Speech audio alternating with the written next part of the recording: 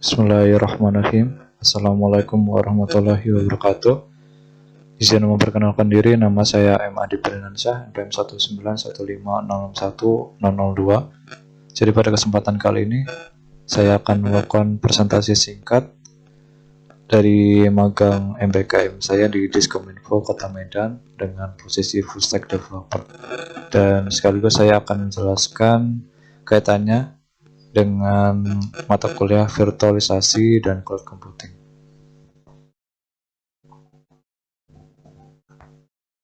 Jadi pada magang di Diskominfo ini yaitu pengembangan platform pendataan stunting Pemko Medan.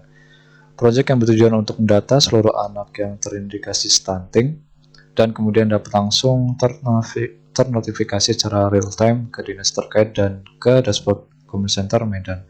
Hal ini bertujuan untuk menekan angka stunting di kabupaten dan kota karena sejak dini pemerintah mempunyai data yang valid karena nantinya akan dilakukan secara langsung oleh kader posyandu dan stakeholder terkait. Lalu pengembangan platform yang dilakukan, terdapat 4 proyek yang dikerjakan, diantaranya terdapat 3 aplikasi mobile dan 1 web. Proyek yang pertama yaitu Baletaku User Mobile, Baletaku Kader Mobile, Baletaku Nakes Mobile, dan dashboard Baletaku Web. Di sini pada magang ini saya mendapatkan posisi pada pemegang proyek Baletaku Nakes Mobile.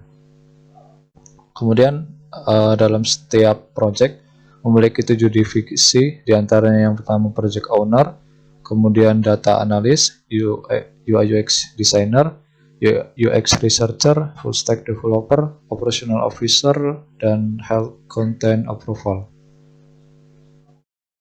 Lalu mekanisme kegiatan magang, kegiatan dilakukan secara online maupun offline. Kegiatan offline dilakukan di kantor Diskominfo Kota Medan pada pukul 9 sampai 4 sore, dan kegiatan ini dilakukan 1 kali dalam seminggu. Lalu kegiatan online dilakukan dengan menggunakan aplikasi Google Meet setiap Senin sampai Jumat untuk memantau progres dari setiap divisi. Lalu kegiatan apa saja yang dilakukan? Jadi full stack, pada posisi full stack terus khususnya selama magang ini terdapat beberapa kegiatan atau mendapatkan materi-materi seperti untuk kegiatannya yaitu merancang tampilan front end sesuai dengan UI UX yang telah dibuat dengan menggunakan React Native dan Expo. Jadi materi yang saya dapatkan yaitu materi belajar tentang React Native dan Expo. Lalu yang kedua itu kegiatan yang membuat dokumentasi API. Yang ketiga yaitu membangun database untuk menyimpan data dari aplikasi dan dashboard web. Jadi materi yang saya dapatkan yaitu belajar mengenai MySQL untuk penyimpanan data dalam database. Kemudian selanjutnya itu merancang backend dengan menggunakan Node.js dan Express.js. Jadi saya mendapatkan materi belajar mengenai Node.js dan Express.js yang pasti yaitu JavaScript. Kemudian yang terakhir yaitu melakukan testing, deploy, dan debugging pada aplikasi yang telah dirancang.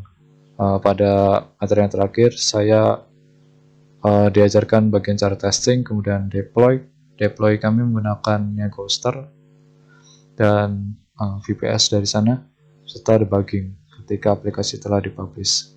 Kemudian ini merupakan hasil project Baletaku Nakes Mobile.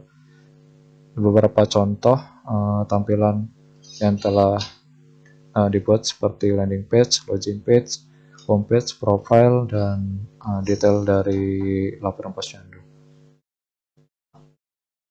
Kemudian apa sih hubungan mata kuliah virtualisasi dan cloud computing dengan materi MBKM? Jadi beberapa kaitannya seperti yang saya jelaskan tadi. Yang pertama itu saya mendapatkan materi itu menggunakan Expo, yang dimana Expo ini merupakan aplikasi untuk simulasi atau demo ya dari tampilan front end dari codingan telah membuat. Jadi untuk pendemoannya sendiri seharusnya menggunakan aplikasi dari Android Studio, tapi karena laptop yang terbatas dengan spek yang terbatas, jadi kami menggunakan Expo Pico sendiri itu merupakan aplikasi dari handphone yang digunakan untuk simulasi dan juga demo dari tampilan front end sebelum dipublish. Jadi ini merupakan salah satu implementasi dari virtualisasi. Kemudian yang kedua itu mengimplementasi teknologi virtualisasi menggunakan VPS atau Virtual Private Server dan cloud computing dari Nego Start. Jadi materi yang didapatkan yaitu bagaimana cara deploy aplikasi itu ke VPS dan cloud computing untuk menyimpan database. Nah, ntar untuk deploy aplikasi yang dipublish untuk digunakan secara publik. Mungkin itu saja yang bisa saya sampaikan. Jika dalam penyampaian presentasi dan penjelasan saya terdapat kekurangan, saya mohon maaf. Mungkin sekian dari saya akhiri. Wassalamualaikum warahmatullahi wabarakatuh.